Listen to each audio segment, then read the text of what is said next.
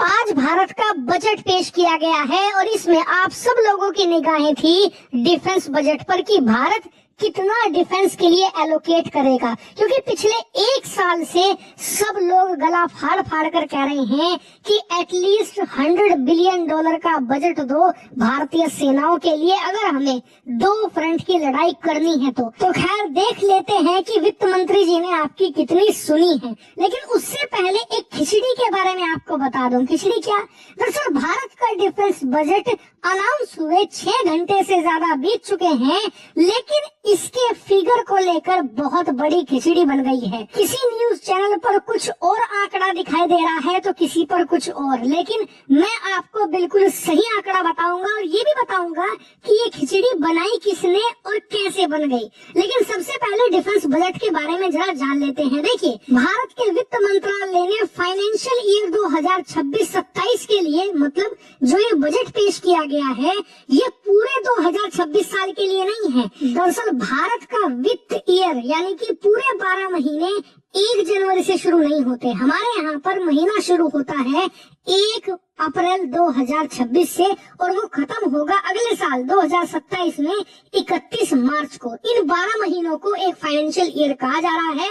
Budget भी इसी के हिसाब से आया है। तो खैर वित्त मंत्री ने इस साल का डिफेंस बजट अनाउंस किया है जिसमें 20% का जंप आया है पिछले साल के मुकाबले, यानी कि 20% की अच्छी खासी बढ़ोतरी करी गई है। ये अच्छी खासी मैं इसलिए कह रहा हूँ क्योंकि अब से पहले जितने भी डिफेंस बजट आए हैं कभी भी 3 से लेकर 6% तक की ग्रोथ आपको देखने को मिली, उससे ऊपर हम कभी नहीं गए। इस साल ऑलमोस्ट 20% का जंप है जो बहुत शानदार है। लेकिन इससे भी शानदार एक और चीज है, वो है कैपिटल आउटले का बढ़ना। यानी कि डिफेंस बजट तो हमने बढ़ाया ही है लेकिन उससे ज्यादा बढ़ाया है कैपिटल आउटले, वो भी सीधा 22%। लेकिन ये कैपिटल आउटले होता क्या है मैं आपको आसान भाषा में समझाता हूँ। देखिए, भारतीय सेनाओं का जो बजट दिया गया है ना, इसमें बहुत सारी चीजें दी जाती हैं। सबसे पहले रिटायर्ड सैन्य कर्मियों की पेंशन, हमारे सैनिकों की तनख्वाह, मेंटेनेंस और भी 70 तरीके के खर्चे होते हैं, वो सब इंक्लूड होते हैं डिफेंस बजट में। लेकिन इसी में शामिल होता है कैपिटल आउटले भी। इसका मतलब ये होता है कि आने वाले एक साल में भारतीय सेनाएं जितने भी हेलीकॉप्टर खरीदेंगी, लड़ाकू विमान, शिप, यानी कि जितने भी हथियार हम खरीदेंगे वो खर्चा कैपिटल आउटले में गिना जाएगा। और इसीलिए इस साल हम ज्यादा हथियार खरीदने वाले हैं, लगभग 20% पिछले साल से ज्यादा। और इसीलिए बजट बढ़ना जितनी बड़ी खुशखबरी है हमारे लिए, उससे ज्यादा बड़ी खुशखबरी है कैपिटल आउटले का 22% बढ़ना। मतलब साफ है कि इस साल हम बहुत बड़ी बड़ी डिफेंस डील करने वाले हैं, बड़े बड़े हथियार खरीदने वाले हैं। मेगा डिफेंस डील 2025-26 में होती आपको दिखेगी। लेकिन अब आप जानना चाह रहे होंगे कि हमारा जो डिफेंस बजट है वो बिलियंस में कितना है, क्योंकि लाख करोड़ कुछ ज्यादा ही बड़ा हो जाता है। तो मैं आपको सिंपलीफाई करके बता देता हूँ। पिछले साल हमारा डिफेंस बजट था करीबन 6,21,000 करोड़, जो कि $75 बिलियन था। इस साल हमारा डिफेंस बजट बढ़कर हो गया है 7,84,000 करोड़, जो कि होता है करीबन $86 बिलियन। यानी कि अगर मैं बिलियन के टर्म में आपको बताऊं तो लगभग $11 अरब ये बढ़ा है। और मतलब साफ है कि इस साल भी भारतीय सेनाओं को $100 बिलियन का बजट नहीं मिलने वाला। वही कैपिटल आउटले कितना होगा बिलियंस में? करीबन $26.7 बिलियन। यानी कि इस $85 बिलियन में से हम $26 बिलियन के हथियार खरीदेंगे। लेकिन आपका सवाल होगा कि कई जगह हमने देखा कि कोई बता रहा है कि $95 बिलियन है, कोई कह रहा है $100 बिलियन है, कोई तो $120 बिलियन भी आपको डिफेंस बजट बता रहा होगा।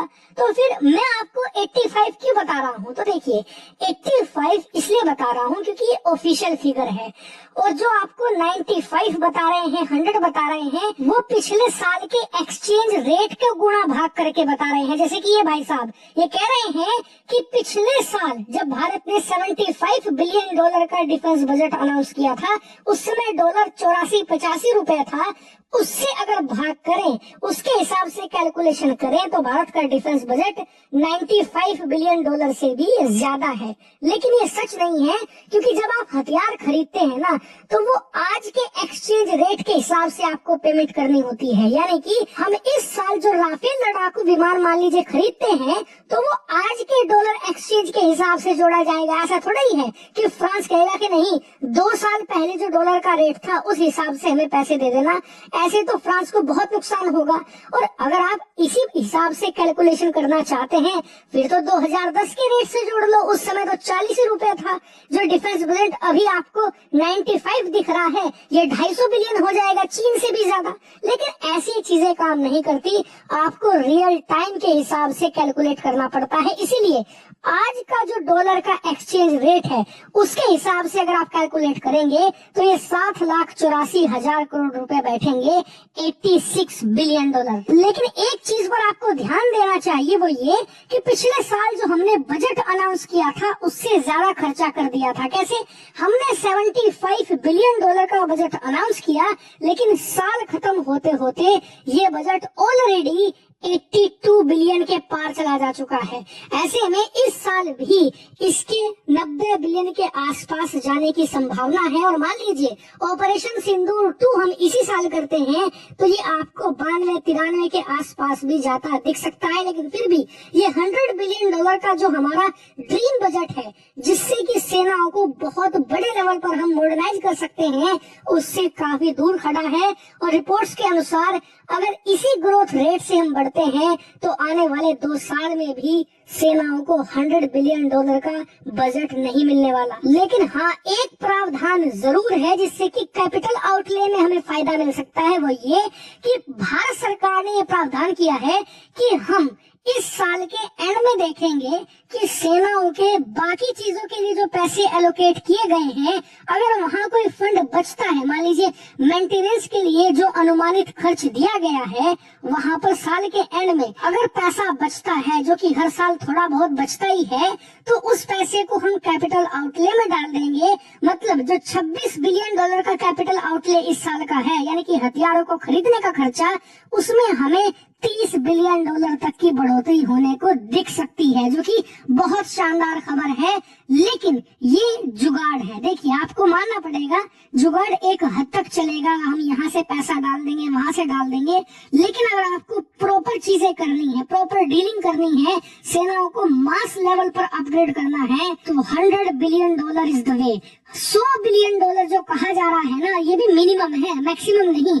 इसे अनाउंस करने के बाद भी सालाना 3 से लेकर 4% की इसमें हमें ग्रोथ दिखानी पड़ेगी। हर साल 3-4 बिलियन बढ़ाना पड़ेगा, तब जाकर हम 2.5 मोर्चे की लड़ाई के लिए प्रॉपरली इक्विप्ड होंगे, प्रॉपरली हथियारों के साथ मोर्चा संभालेंगे। हालांकि फिर भी आपका क्या ओपिनियन है इस डिफेंस बजट पर, कमेंट करके जरूर बताइए।